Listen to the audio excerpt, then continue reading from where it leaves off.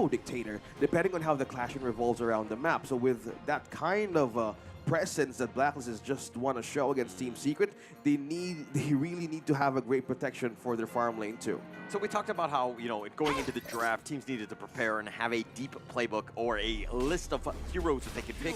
Neza here, first pick in the Honor of Kings Championship 2024 just now. Yeah, debuted in on the Gorge in the knockout stage. And I didn't expect anything less for the knockout stage, right? Because if we're just going to go for the same meta that we've seen in the group stages, it's going to get a little stale, right? Things are only going to start to sort of like, okay, they're going for the Lung, they're going for the Oli, they're going for the Mungya, and they're going for the Dune, stuff like that. So this is where the teams really need to spice up these meta picks, right? And start to sort of like, that's how they're going to get the one-overs, right? Oh, but the Flaming Palm doing some damage on the Sun. The couple blades, the flash forward, and he doesn't get the pick off. He gets first blood. Aaron with a great rotation. That's back-to-back first bloods in 2 games in a row as well. So great rotation from Aaron, but still, it's going to be interesting to see how the Neza actually does play into this draft, right? Because it kind of takes the function of the Dune. Okay, one thing though is that they can get to the backline with the Starfall from Neza, right? Yeah. And just going in, plus you have the battlefield command. So you have a little bit of tankability. That's the one thing that Neza kind of struggles with.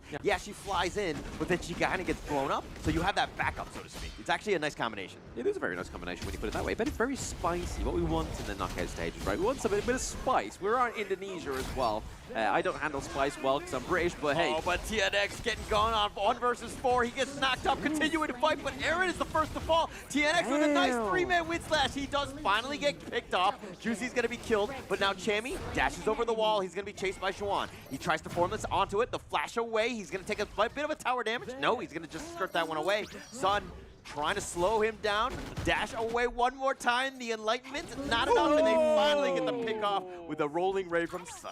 To answer your question, if Dune will be the priority pick in the draft, in the knockout stage, I think yes, because it only took one man to pull everybody out from Blacklist to be in that dangerous pit there is. Look at that. Look at the sustain on how Suwon complemented the dive too. And it was a worthy kind of start, and it amplified a kill. I gave a kill to Sun right away, and Chammy went up top. Yeah, I mean, there's not many heroes within the Gorge that can kind of say they could do that, right? So, I mean, Dune is definitely one of a kind when it comes to being a tanky tank boy in the jungle.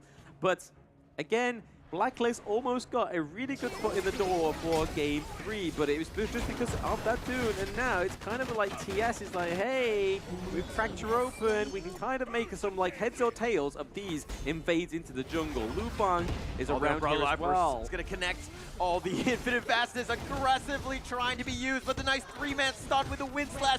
Xuan is going to be the first of all. Yuhan is running for his life. Sun has joined, but TNX, both of them, and Xuan, both of them down. Yeah, beautiful couple blades, right? That was like leaning them all up against the wall and just lining them up in that firing line. It's like pop, pop, the swords cutting like they were guns, but nicely done for Blacklist. It's a 4-4 in the kills. Yeah, we've seen some kills, right, from Blacklist just to pulling through in the early game. But one thing also that Team Secret is not losing is the gold lead. Like, this is like a way that they need to cope up with. They can't trade just yet with the kills. They can't do anything much with the Lady Sun. They got 1 kill, yes, but they need to do more than that. So that's why they're kind of shaken up on where they could take Justchi or even Chammy 1 to be in a tight spot. Because you said, there's pros and cons here with these 2 heroes, but if you do get in a tight spot, that these 2 tanky heroes be melted away by Team Secret, so they can use it all over again against Blacklist from the moment they saw that coming.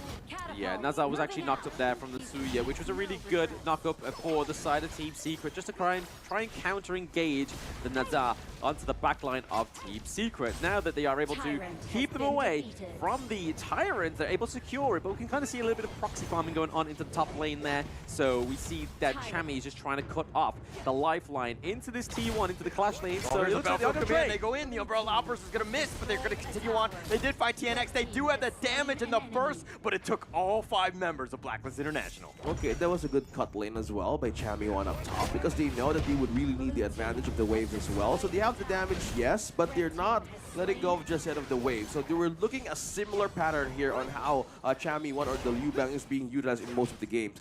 Gain control of the clash lane, and that's where the rotations goes by, because Blacklist didn't have any chance to take out of a turret of Team Secret just this moment. Yeah, it's a bit unfortunate for the side of Blacklist. They didn't get able to trade the T1s across the map, so you're kind of looking at Golden Kite right now, looking to try and push this minion wave down there as well. I mean, the Flaming Palms are going to make a quicker heads or tails of this T1 into the farm lane, and they are able to get it as well. So there is a trade of turrets a little later on than expected for Blacklist, but now we can kind of see that gold is slowly going in the favor of Blacklist. They're going to do something on the side of Team Secret to get ahead. Team Secret are now picking up as well on the first item. Hold that thought. Jamie going in for this one. He's going to flash away. He's going to shield up. He's going to be fine. Juicy backs up as well. But man, the Skyfall, they can come in at a moment's notice. Yeah.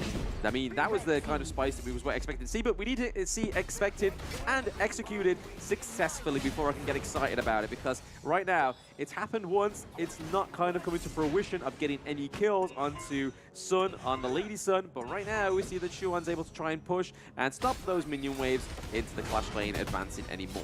It's like a psychological threat like that Blacklist International has right now with his Neza, that Starfall. Since you mentioned they can come in mid, let's look at this. Bottom lane. Oh, in the bottom lane, the Umbrella Lopper's locking him in. Yuhan trying to keep him alive, but he's able to get away. No! Sun is going to be killed. Now they're on the run. Chaz just stampeding back to safety. The Universal Law is just going to whiff.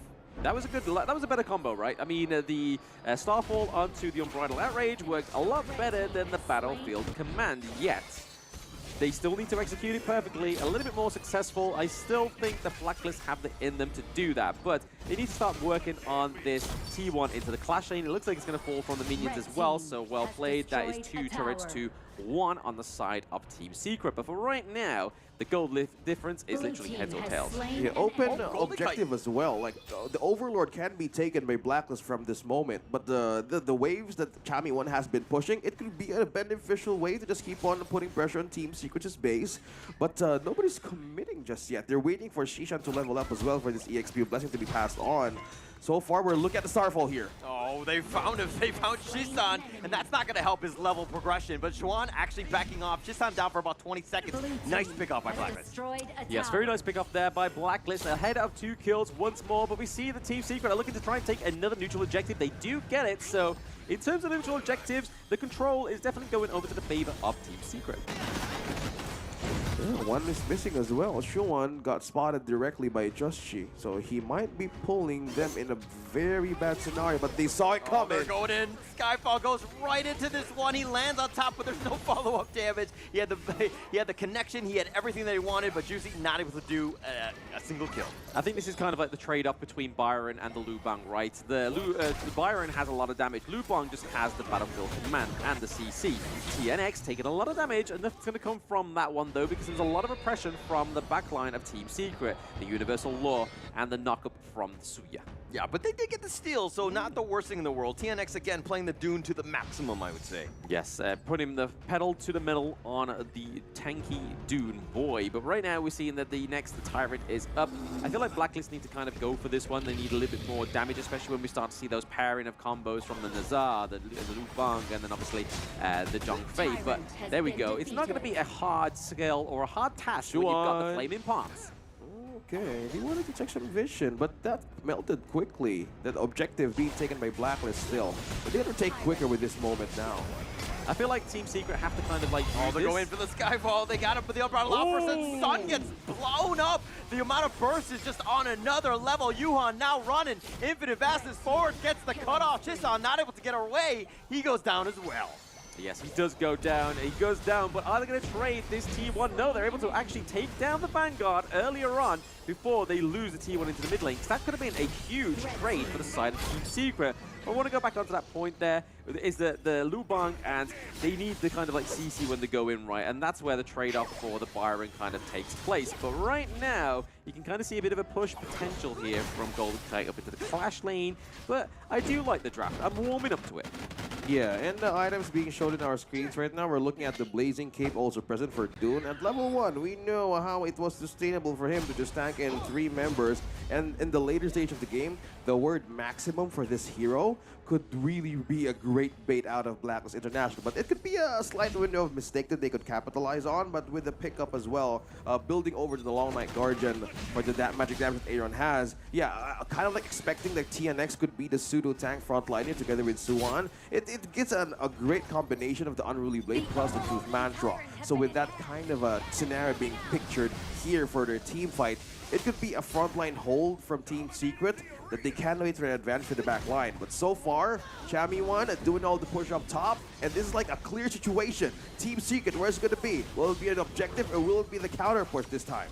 Yeah, we do get the knock onto Chaz here. The immobilization comes Chaz through. gets launched. The Wind Slash Reset. reuse, but it resets everything. Chaz is a little bit low. I mean, it might have been a wasted ult, but what can he do? He gets back to safety. They want to go in. They have the battlefield command. Sun looking to fight. The flash away by Chami. The infinite fastness forward. He really wants to go for Sun. And Golden Kite gets the pick off. Now Yuhan trying to stay alive. He survives the downpour, but Tianix not as lucky. Blacklist International continuing on. Now they want this mid T1. Yep, what a great play there by Blacklist. I mean, Golden Kite is really using the infinite fastness for absolute aggression. There is no defensive measure of this one right now. Yeah, Golden Kite all gas, no brakes. Doesn't know how to go in reverse. Yeah, it's so hard, man. Like, they completely baited out Team Secret to lure them in every possible scenario to be taken. So that reset was totally worth it and completely, possibly on purpose. And they completely pushed out Team Secret to be on a losing situation. Yeah, I mean, this is the good thing about the Lubang, right? I mean, the trade-off of the damage, yeah, I get that into these team fights. It's been really shown in the early games. But the fact that you can just basically use the battlefield command back to your team, get the CC as well, and then just basically burst with the shield that he has with the magic damage, it actually does really well into this team comp as well as the Nazar. Yeah, composition is much more likely here a very good way to hold up their later stage of the game. Like 32K, slowly building up 4K here by Blacklist. We're looking at our hand operation details. That's how they work. And that's the most important thing if you're up against a team who has great frontline poke and crowd control. So we're waiting for that catch that Suwon can do. It's all about the follow-up here for the first three members that you see in Team Secret's lineup. The Dun and also the Suya. This is like the starter here. And it has been a hard situation that Chaz has been given, and at any minute, outburst is happening. Connecting on the two, Juwan gets stampeded. The Unruly Blade back. The Skyfall coming in just to clean up, but they've gotten the bottom T2. Blacklist International are knocking on the door. Yeah, I felt like a bit of a proud dad there, right? Chaz's actual unbridled outrage landed onto two at the side of TS. Not quite done yet. The Destiny counter does come through from the Diadea. A lot of damage going over T and X. That is the only tank they have on their team remaining right now. Dharma is down, they don't have the engage, they don't have the truth mantra, and everybody knows sometimes the truth hurts. Can we talk about how amazing this draft is by Blacklist International? I mean, they held this pocket pick, this Neza. They hit it from everybody else. They pull it out. He is 3-1-8. Literally carrying this game, and then plus they had a Chami1 Liu Bang, who's they've been able to split push and gets into the fight whenever they need it. This draft is brilliant. Yeah, I mean, it's the mind of TG, right? TG has been a very experienced coach. He knows what he's doing, and he knows what needs to be done, especially the fact that Team Secret keep to kind of doing the same draft and dance, right? It's very similar to Game 2, just bar the dude. But there we go. Chaz, I'm very proud of you, dude. You managed to land the Unbridled Outrage onto more than one person or even a ghost, and it definitely came into fruition. Yeah, we expect more, not more than less in the group stage, from the group stage to the knockout stage. And this is like the wonders of pressing out the most important people, like going back to the draft, like, hey, they haven't been banning out Joshi, they haven't been banning out the Clash lane, but they're forgetting something here. Like, are you sure that that's the only hero that Joshi can do? And so far, at the right moment, they completely use this as an advantage against Team Secret, and they're really, really suffering now. And with the kind of like lead that it's completely growing from Blacklist, they need to take a hold of that. But one thing also, cancel the minion waves pushing it up top, but so far the minions, or even the items rather, has been really showing here for Blacklist International. Yeah, I mean, they've got to be careful when they scout around this top side of the map, right? We see that they have the vision now for TS because they've lost that T2, and they need to play with that strength, right? For the side of Blacklist, they need to hold on to that T1 in the mid lane. It gives them a little bit more of a leeway, a little bit more of a hand in this negotiation between these two teams on the Gorge right now, because as soon as that T1 falls, it's going to be hard for them to try and like maintain that flow, that mojo that's going on right now. Eye of the Phoenix coming through for Dharma. Look at that positioning that Jazz has been doing, finding everybody in the most uncomfortable spot. Team Secret is really eyeing for the objectives to be taken away, but the information that the Chaz just got, this is just a go signal for the Overlord just to take it. Because minions pushing in will keep Team Secret busy. Yes, very busy indeed. There's going to be no contest of this one, right? No way in. There's no amount of Rudy Blades that they have on the side of Team Secret that gets them through this map quicker than the word hokey cokey. So, now we see that 12-6 in the kills right now for these both teams on the Gorge, and it's kind of looking like 5k gold difference as well. So a lot's going in the favor of Blacklist. They have the Shadow Vanguard, they've placed it down as well. So you can kind of see that they are maybe going to go for a little bit of a pop-off moment, try and get that calm before the storm. Yeah, speaking of which, they called in the Enhanced Shadow Overlord down bottom, and they want to split everything in half here from Team Secret. Coming in from Chami, one clearing waves up top. They would really eye on this last top turrets here. Oh, the Skyfall, he goes right in, he arrows right into him, but it looks like the Universal Law will zone them away. Chaz providing the vision for Juicy to make that jump, then you have Chami with the Battlefield Command. This nice little three-man combination could be deadly. I feel like that's kind of like the means to the end, right? Shuan just baiting at that Skyfall because he's able to dash away. He has plenty of dashes within Dharma's kit. He has a TP as well, so there's a lot going on for Dharma to get out of the side of Skyfall. A lot of aggression going on to Nazaire because Sun now has the items. He's level 16, and the Suya and the Lady Sun combo is kind of coming online. Okay, Splendor as well, present for Shisan. No matter he could be taken at any point in time. He has temporary invisibility. So this is like a great chance for them to bait out this Suya. That's not too much of a sacrificial play, right? It could be harsh for Team Secret to even push forward because they're really finding an angle here on where to put their setup for this Dharma. We haven't seen that Dharma shine just yet, so where could that be for Blacklist that it could be a lead to a possible setup? Like, at what point are you kind of uncomfortable? I mean, you have Shisan with the Zia with a level up, right? I mean, if you go infinitely late game, they're going to have a little bit of an advantage. But at what point are you like, hey, this is enough for Team Secret to really turn the game?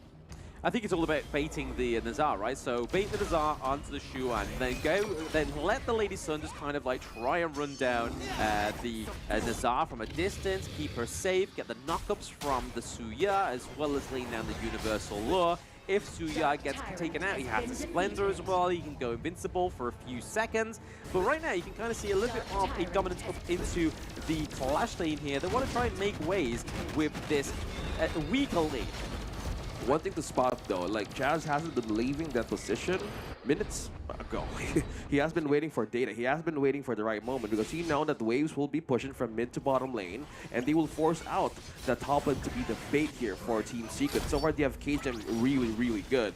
Receiving some folks as well, and they have been maintaining that reconnaissance from Team Secret's camp and has been working ways for them. And Team Secret is just struggling to get this objective right into their hands. Yeah, the Daybreaker comes on through to Lady Sun as well, so Sun is just going to be packing even more of a punch with the rolling raids, the ultimate shells. They are going to be hurting a lot more as he gets to that level 25. He's 8 levels away from it as well, so they're really doing well to hold this off to the Tempest Dragon, right? This is closer than last game to get into that Tempest Dragon. We're at the 18-minute mark. 6 kills, 12 kills on the side of Blacklist, and still that 6k gold difference. Yeah, that will dictate the team fight, right? That would really tell on who is going to get this game. We still have high ground turrets, but the knockback though. Skyfire with the Battlefield Command, but oh, the nice little stun. Chaz now is on the run. He's going to be killed. Sun is starting to do some serious work. Juicy goes down as well. They've turned this around. They've baited him out. Tianix is still up in front. He needs to be careful, but the Flaming Palm from Golden Kite does way too much damage, but he backs off here. Yes, the Infinite Bastards coming through very clutch there. Most of the game, Golden Kite has been using that as a aggressive means, but right now, Lady Sun is using a lot of damage, takes down the T1 now, so that is taking a lot of leverage off the table for Blacklist. They've been setting up that mousetrap for so long, letting Swan be in the front, and they're going in. Oh, Golden Kite, Shisan has been killed. Golden Kite on the backside, Yuan is killed as well. Golden Kite is starting to rack him up, but Aaron did die. Well, here's Sage's Sanctuary. Swan is, what's he gonna do? He's got the Enlightenment, but not enough damage. Oh, he's continuing on. Swan goes for the formula assist, but he's been kited away, and Golden Kite with yet another, and that's a team ace. A team ace indeed. I mean, man, that whole team fight at the beginning, part of it was looking like it was going in the favor of Team Secret. The win/knock-up really disrupted the flow of Blacklist, and then from there out, Lady Sun rolling in with the raids, with the Ultimate Shells, doing a lot of damage onto Chaz, but that Battlefield command came through pretty clutch. And it's looking like Blacklist may win this one. Yeah, it looks like they've got the minions. TNX wall by himself. What can he do? He's trying to clear the minions. TNX 1 versus the world. That's a Sage's Sanctuary, but they decide to go for the face. They do have the damage of Blacklist International. Oh, the nice 3-man stun from the win/TNX. Oh, here's the Battlefield command. Chammy limping away. He's going to be killed. TNX, that is. They decide to go back in. Chammy continuing to fight. He's got the Sage's Sanctuary. Infinite fastness. Golden Kite's doing some work. Shasad has been picked off in Blacklist International. They're continuing to fight. Juicy wants to go in. Golden Kite's been killed. And Chammy going in. Yuhan. Oh, he gets the stun. Chammy goes down. It's one last hurrah. Juicy's going in. They get the double kill. And Blacklist International survive off an ace. They will take game 3. Whoa, what a way that was. That could have gone either way for Team Secret. Oh, Blacklist, man. That last little bit of fight was everything that Team Secret had in him. They had the Sage's Sanctuary come through. They had the Splinters. That team fight went on way longer than it needed to. I honestly thought when Suya came off activation of the Death Squad, that the Universal Law was going to come through, clear the waves, and they were going to get a team fight that was going to go completely in their favor. That was very close. Close enough for Black.